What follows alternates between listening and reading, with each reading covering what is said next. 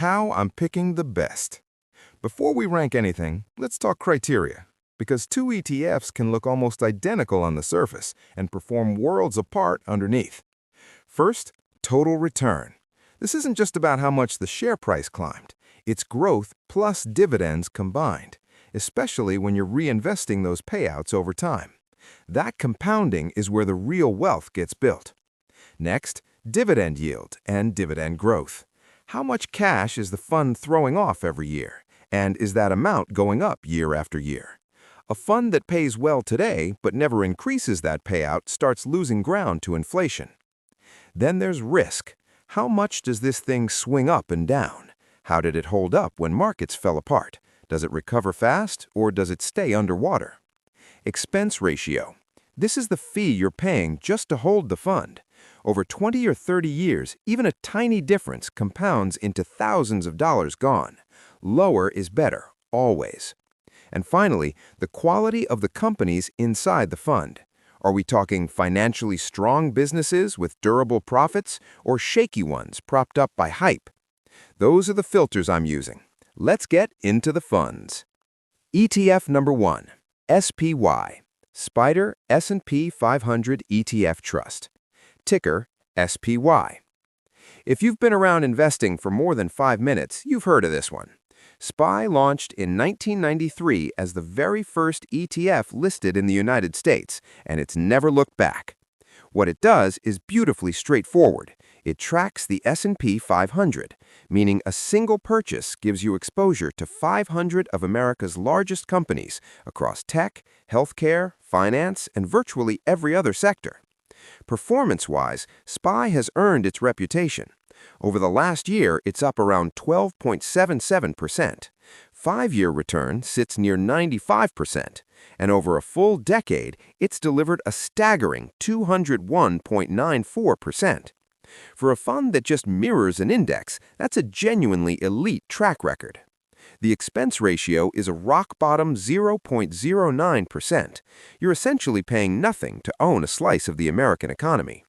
Its dividend payout is $7.17 per share, but income generation isn't really SPY's purpose. This is a capital appreciation machine. With $645 billion in assets, SPY is one of the most liquid investments on the planet. Buying and selling is frictionless. You get in and get out without losing money to the spread. The top holdings read like a who's who of the modern economy: Nvidia, Microsoft, Apple, Amazon, Meta, Tesla, and Alphabet.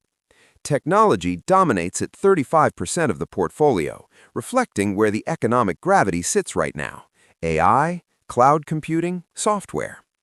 On the risk side, SPY's standard deviation sits around 12.6, which is actually slightly below average. It doesn't bounce around wildly. The turnover rate is just 3%, so it's not constantly shuffling positions. And its tracking error is minimal. It follows the S&P 500 like a shadow. Bottom line, SPY is a powerhouse for long-term growth. But if income is part of your financial plan, this fund will leave you wanting more. ETF number 2, VIG, Vanguard Dividend Appreciation ETF. Ticker VIG. If VIG takes a different approach, rather than chasing the highest yields, it homes in on one specific quality: companies that have consistently raised their dividends year over year.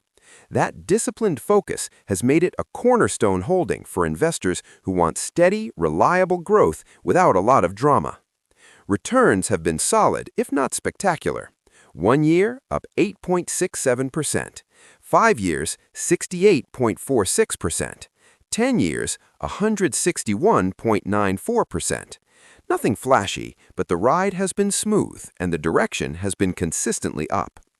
The dividend payout is $3.52 per share, modest compared to higher yield alternatives, but the trajectory of that payout is what matters. It keeps climbing. The expense ratio is an industry-low 0.05%, which is almost nothing. VIG manages nearly $110 billion in assets, making it one of the biggest dividend-focused funds around. Its holdings span technology, financials, healthcare, consumer staples, and industrials, a solid recession-resilient mix. Top names include Broadcom, Microsoft, JPMorgan Chase, Apple, and Visa.